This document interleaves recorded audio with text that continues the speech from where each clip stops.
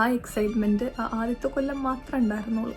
പിന്നെ ഞാൻ ഒരിക്കലും മറക്കത്തില്ലത്. ഭയങ്കര ഞാനിങ്ങനെ നടക്കുമ്പോൾ ഒക്കെ കരഞ്ഞിട്ടുണ്ട്. ദൈവമേ, ഞാൻ എന്തിനാ ഇങ്ങോട്ട് വന്നേ, എന്തിനാ ഞാനിങ്ങനെ കഷ്ടപ്പെടുന്നതെന്നൊക്കെ പറഞ്ഞിട്ട് എനിക്ക് ഭയങ്കര.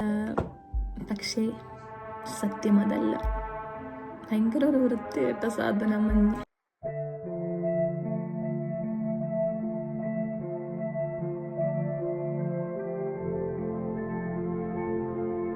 അങ്ങനെ ഇന്ന് രാത്രി 2024 ആദ്യത്തെ മഞ്ഞ് പെയ്യാൻ പോവാണ് ഇവിടെ ഒണ്ടാരിയോ, ലണ്ടൻ.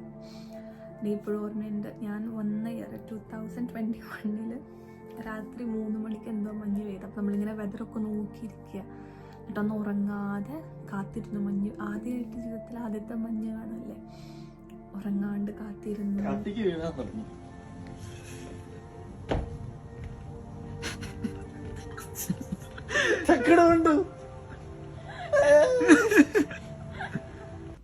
ആ എക്സൈറ്റ്മെന്റ് ആദ്യത്തെ കൊല്ലം മാത്രമേ ഉണ്ടായിരുന്നുള്ളൂ. പിന്നെ മഞ്ഞ് ഭയങ്കര പാടാ, എളുപ്പമല്ല. ആദ്യത്തെ വട്ടം ഭയങ്കര എക്സൈറ്റ്മെന്റ് ആയിരുന്നു, ഓടിച്ചാടിപ്പോയി കണ്ടു. അതോടെ പിന്നെ സന്തോഷമൊക്കെ തീർന്നു. പിന്നെ ഇപ്പം മഞ്ഞിന്ന് കേൾക്കുമ്പോൾ അയ്യോ മഞ്ഞ്.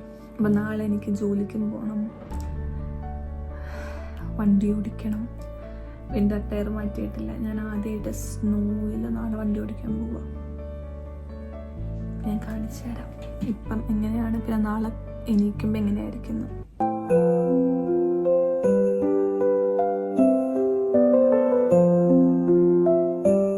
നമ്മൾ നാളെ കാലത്ത് എണീക്കുമ്പോൾ അറിയാം. ഒത്തിരി സ്നോ കാണിക്കുന്നില്ല, എന്നാലും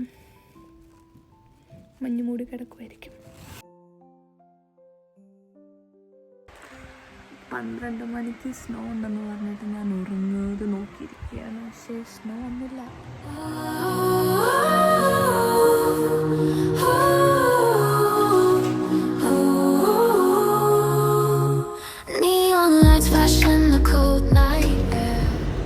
ഞാൻ വിചാരിച്ച പോലെ വലിയ ഇതായിട്ട് മഞ്ഞൊന്നും പെയ്തില്ല.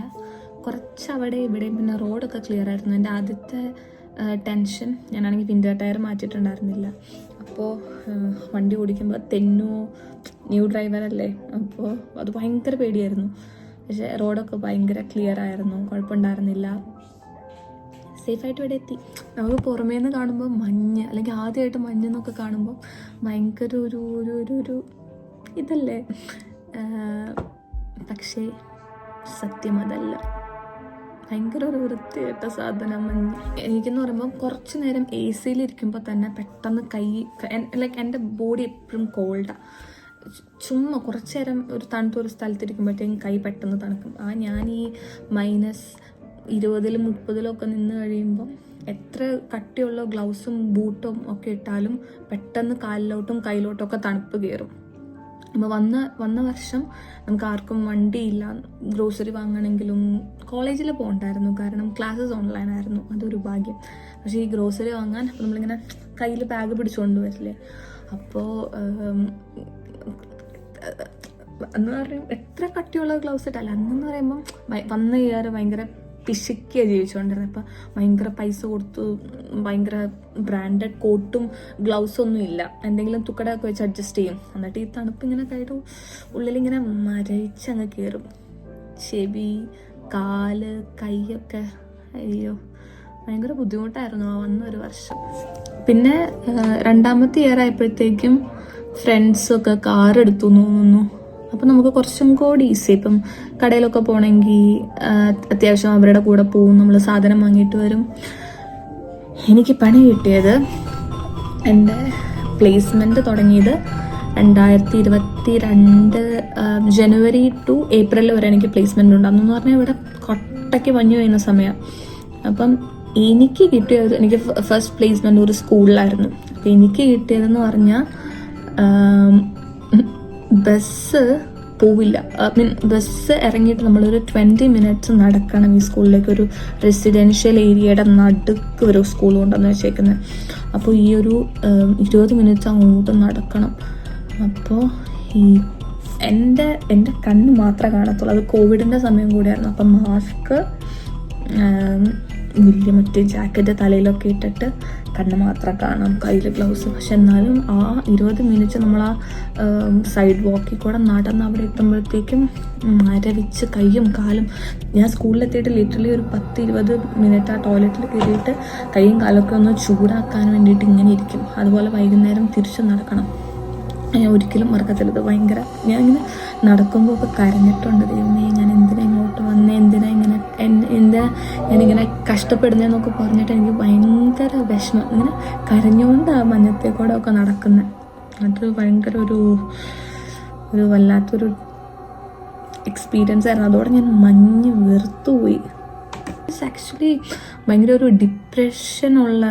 ഡിപ്രസിങ് സീസണാണ്. വൈറ്റ് ട്രീറ്റ്മെൻറ്റ് എന്ന് പറഞ്ഞൊരു സംഭവമുണ്ട്. ഈ ക്രിമിനൽസിനെയൊക്കെ ഞാൻ ഇവിടെ വായിച്ചിട്ടുള്ളതാണ്. ഫുൾ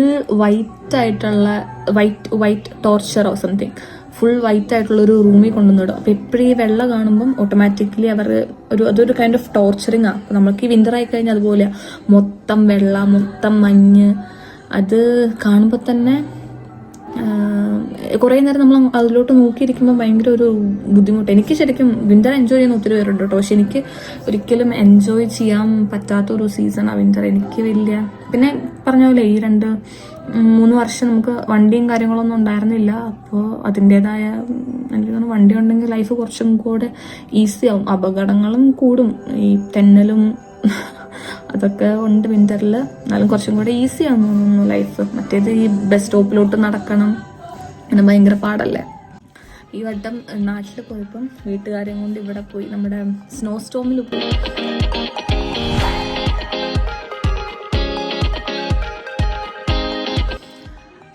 അവർ മനസ്സിലാക്കട്ടെ എന്താണ് ഇതിൻ്റെ കഷ്ടപ്പാടെന്ന് പറഞ്ഞിട്ട്. പക്ഷെ അത് ഇത്ര 1/2 മണിക്കൂർ എന്തോ ആയിരുന്നു. അവർ ഭയങ്കരമായിട്ട് എൻജോയ് ചെയ്തു. പക്ഷെ എനിക്ക് അപ്പോഴും അതിൻ്റെ അകത്ത് നിൽക്കുമ്പോൾ പോലും മൂക്കിൽ നിന്നൊക്കെ വെള്ളം ഒലിക്കുക.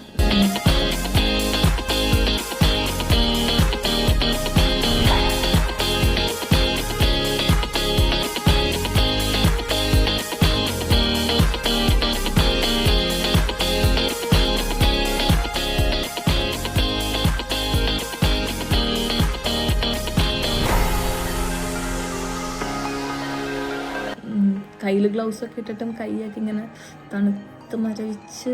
പക്ഷെ എൻ്റെ അനിയത്തി, അവൾ 10 വയസ്സുള്ളൂ. അവൾ കുറച്ച് 15-20 മിനിറ്റ് കഴിയുമ്പോൾ പുള്ളിക്കാരി ഇറങ്ങിപ്പോയി, മൂക്കിൽ നിന്ന് വെള്ളം ഒലിച്ചിട്ട്. അമ്മ പിന്നെ നിന്നു. അമ്മ അവസാനം വരെ ഒരു ലാസ്റ്റ് 10 മിനിറ്റ്സ് അവർക്ക് മറ്റേ DJ പോലെ ഇതൊക്കെ ഉണ്ടായിരുന്നു. മഞ്ഞ്